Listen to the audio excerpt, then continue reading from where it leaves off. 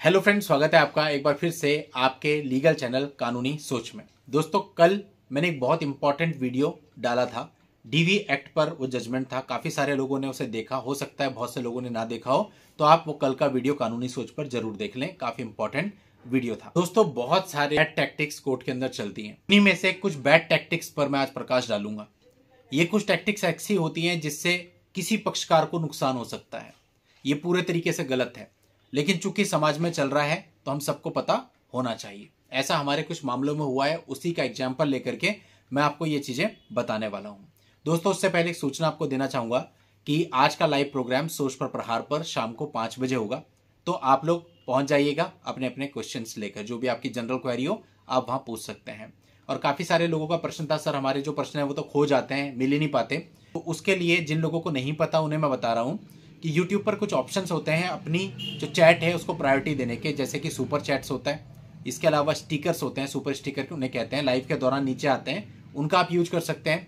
या फिर YouTube channel पे अगर आप हमारे जाएंगे तो वहाँ ज्वाइन का बटन आपको मिलता है, वहां पर आप क्लिक करके मेंबरशिप में ज्वाइन कर सकते हैं।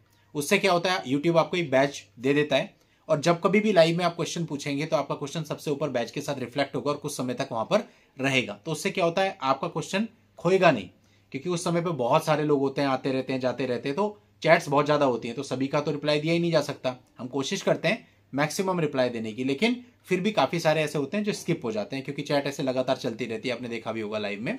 तो प्रायोरिटी देने के लिए कुछ ऑप्शन होता है, अगर आप चाहें तो ऐसा कर सकते हैं। कल कुछ लोगों ने व्हाट्सएप करके इस बात को पर्सनली पूछा था, तो मैंने कहा सभी को मैं बता दूं कि ये तरीका होता है। और एक रिक्वेस्ट है आप सभी से, एक बेटी का चैनल है crazy smart trips, travel vlog है, और उस पर काफी वीडियोस डालती है, मेहनत करती है, और मैं भी वॉइस ओवर में उसको सपोर्ट करता हूं ताकि वो थोड़ा आगे ग्रो अप कर सके। तो आप लोगों से रिक्वेस्ट है कि अगर आपने वो चैनल अभी तक सब्सक्राइब नहीं किया है तो यूट्यूब पर क्रेजी स्मार्ट ट्रिप्स डाल करके सर्च कीजिए और चैनल को सब्सक्राइब जरूर कर दीजिए ताकि वो भी आगे बढ़ सके। चलिए दोस्तों, अब हम आज के इस टॉपिक पर आते हैं। देखिए दोस्तों, अभी रिसेंटली 2 मामले हमारे सामने आए जिनमें इस प्रकार की चीजें हुई। एक मामला था, उस मामले में कोर्ट में पति का एक समनिंग ऑर्डर होता है 498A में। उस समनिंग ऑर्डर में पति के पक्ष में कुछ बातें लिखी जाती हैं और पति के जितने भी परिवार वाले होते हैं उन सबके नाम हटा दिए जाते हैं, केवल पति का नाम रहता है।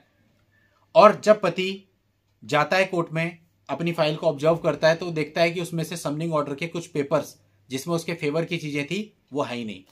वो उसकी काफी जांच पड़ताल करता है, उसको नहीं मिलती। फिर वो उसमें एक सर्टिफाइड कॉपी अप्लाई करता है, वो भी नहीं मिलती, क्योंकि जब मूल ही नहीं है तो सर्टिफाइड कैसे देंगे। तो दोस्तों, ऐसा किसी के भी साथ हो सकता है और इसे लाइटली मत लेना, ये बहुत बड़ी बात होती है।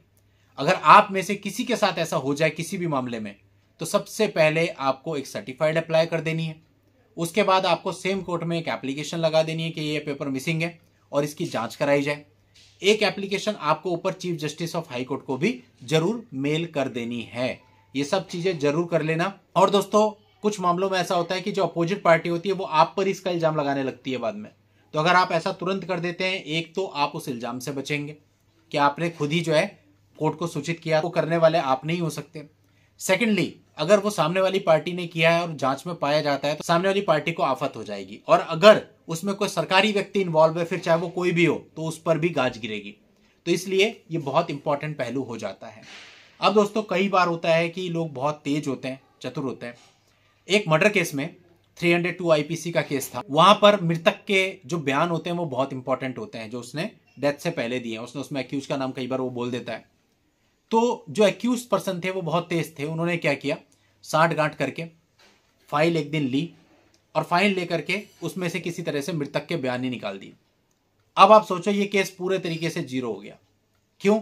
अगर मृतक का बयान ही नहीं है, अब एक्यूज को जो सजा पड़नी थी उसके लिए सबसे मेन आधार वो था, उन्होंने वो आधार ही खत्म कर दिया। और दोस्तों, उस केस में फाइनली जो कुछ भी हुआ, जांच वाच में उसमें नहीं जाऊंगा, लेकिन बाद में एक्यूज बरी हो गए। तो उस कृत्य का सीधा फायदा किसको मिला? एक्यूज को मिला। तो दोस्तों, इस प्रकार की चीजें भी कुछ हद तक होती हैं जहां पर फाइल में से पेपर गायब हो जाते हैं। अब ऐसे में आपको एक काम जरूर करना चाहिए। जो भी आपके इंपॉर्टेंट पेपर्स होते हैं, मैं भी ऐसे ही करता हूं, जो भी आपके इंपॉर्टेंट पेपर्स होते हैं उन सारे पेपर्स की आपको तुरंत सर्टिफाइड कॉपी ले लेनी चाहिए, ताकि गायब होए भी तो होए, आपके पास सर्टिफाइड कॉपी है, कोई फर्क पड़ता नहीं। ठीक है? तो सर्टिफाइड कॉपी आप जरूर लेके रखिए, क्योंकि कई बार तो होता है कि चलिए कुछ गायब हो गया, आपने कोर्ट को बोला, इंक्वायरी चली, वो चीजें अलग हो गई, लेकिन कई बार होता है कि जो चीज वहां से गायब हुई वो आपके फायदे की चीज थी, और उसके गायब होने से आपको नुकसान हो रहा हो। दैट्स वाई इस चीज के लिए भी तैयार रहना चाहिए कि जो भी पेपर कोर्ट में फाइल होता है आपकी तरफ से, अपोजिट पार्टी की तरफ से, उसकी सर्टिफाइड कॉपीज आप लेते रहो। वो आपके वैसे भी काम ही आएंगी, क्योंकि कोई और केस भी चलेगा वहां पे भी उनका यूज होता है। और एक सेफ्टी पर्पज से भी आपको इसे अपने पास जरूर रखना चाहिए, क्योंकि दोस्तों समय समय पर इस प्रकार के मामले जगह जगह से पता चलते रहते हैं। सर मेरे साथ ऐसा हो गया, कई मामले पता चल गए, फोन कॉल पे तो बहुत सारे मामले ऐसे पता चलते हैं, और प्रैक्टिकली और फिजिकली भी हम 2-3 मामले ऐसे देख चुके हैं जिनमें ऐसा हुआ था। तो इसलिए दोस्तों इस चीज के लिए भी आपको तैयार रहना है और हर चीज की सर्टिफाइड कॉपी लेके रखनी है। चलिए दोस्तों, आज के इस वीडियो में इतना ही। नेक्स्ट वीडियो में नई जानकारी के साथ मैं आपसे फिर मिलूंगा। तब तक के लिए goodbye and thank you for watching. Take care.